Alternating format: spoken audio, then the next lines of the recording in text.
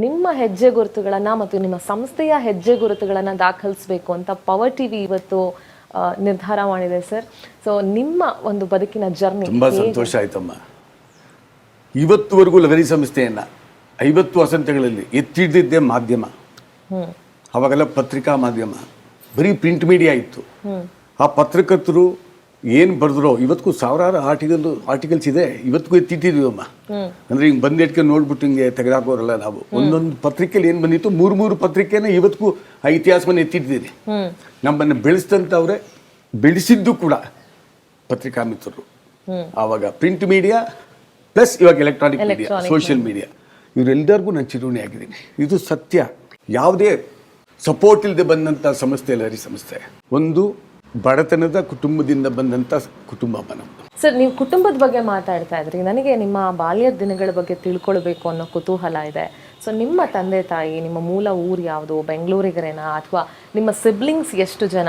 So ನಿಮ್ಮ ಬಾಲ್ಯವನ್ನ ಕಳೆದಂಥ ಜಾಗ ಯಾವುದು, ಇದ್ರ ಬಗ್ಗೆ ಸ್ವಲ್ಪ ತಿಳಿಸ್ಕೊಡಿ. ಅಮ್ಮ, ತಂದೆ ದಿವಂಗತ ಗೋವಿಂದ ಸ್ವಾಮಿ ನಾಯ್ಡು ಅವರು, ತಾಯಿ ಪಾಪಮ್ಮ ಅವರು, ಇಬ್ರು ಇಲ್ಲ.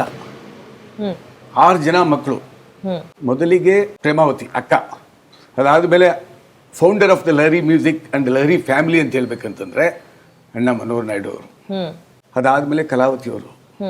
ಅದಾದ್ಮೇಲೆ ನಾನಮ್ಮ. ತುಳಸಿರಾಮ್ ನನ್ನ ಹೆಸರು.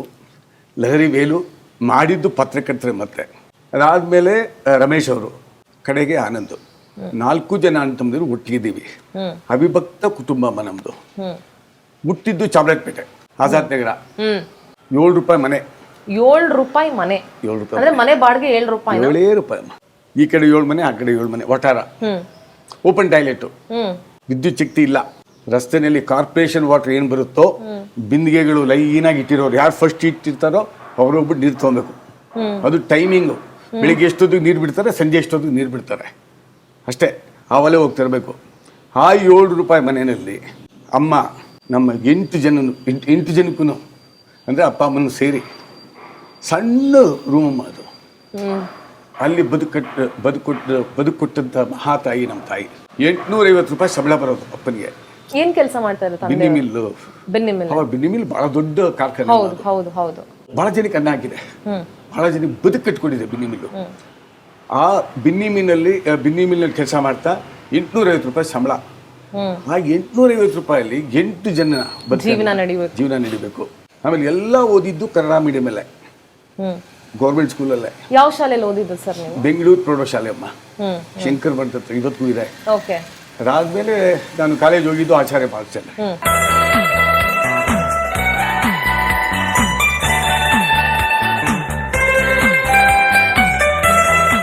ಆಚಾರ್ಯ ಪಾಠಶಾಲಾ ವಾಣಿಜ್ಯ ಕಾಲೇಜಿನಲ್ಲಿ ಅವರು ಓದ್ತಾ ಇರಬೇಕಾದ್ರೆ ಅವರ ಹೆಸರು ತುಳಸಿರಾಮ್ ಅಂತ ಆಗಿತ್ತು.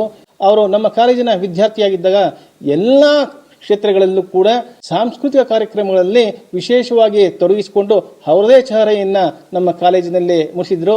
ಮತ್ತೆ ಈಗಲೂ ಕೂಡ ನಾವು ಯಾವುದೇ ಕಾರ್ಯಕ್ರಮಕ್ಕೂ ಕೂಡ ಕರೆದಾಗ ಅವರು ಉತ್ಸುಕತೆಯಿಂದ ಕಾಲೇಜಿಗೆ ಬಂದಾಗ ವಿದ್ಯಾರ್ಥಿಯಂತೆ ಬಹಳ ಸಭ್ಯತೆಯಿಂದ ನಡೆದುಕೊಂಡು ನಮ್ಮ ಕಾಲೇಜಿನಲ್ಲಿ ಆಗಿರ್ತಕ್ಕಂಥ ಎಲ್ಲ ಕಾರ್ಯಕ್ರಮಗಳಿಗೆ ಪ್ರೋತ್ಸಾಹವನ್ನು ಕೊಡ್ತಾ ಬಂದಿದ್ದಾರೆ. ಅದೇ ರೀತಿ ವಿದ್ಯಾರ್ಥಿಗೂ ಕೂಡ ಬಹಳ ಸ್ಫೂರ್ತಿದಾಯಕವಾಗಿದ್ದಾರೆ ಅಂತ ನಾನು ಹೇಳಕ್ಕೆ ಇಷ್ಟಪಡ್ತೀನಿ. ಕನ್ನಡ ಮೀಡಿಯಂ ಹುಡುಗರು ಅಂತಂದ್ರೆ ಸತ್ಯ ಹೇಳ್ತೀನಮ್ಮ, ಒಂಥರ ಅಸಡ್ಡೆ ಉದಾಸೀನವಾಗಿ ನೋಡೋರು ನಮ್ಮನ್ನ.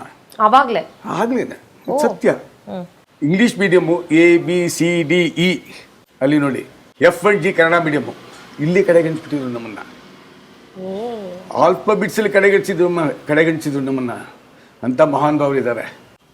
ನಮ್ಗೆ ಹೆಂಗಾಗ್ತಾ ಇತ್ತು ಅಂತಂದ್ರೆ, ಹಿಂಗಪ್ಪ ಇದು ಎಲ್ಲ ಇಂಗ್ಲಿಷ್ನಲ್ಲಿ ಮಾತಾಡೋರು, ನಮ್ಗೆ ಇಂಗ್ಲಿಷ್ ಬರಲ್ಲ.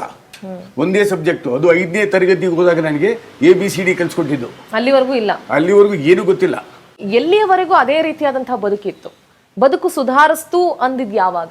88ರಲ್ಲಮ್ಮ. ಒಂದು ಲೆವೆಲ್ಗೆ ಸುಧಾರಿಸ್ತು ಅನ್ನೋ ಟೈಮಲ್ಲಿ. ಆಗ ನೀವು ಕಾಲೇಜ್ ಮುಗಿಸಿದ್ರಾ?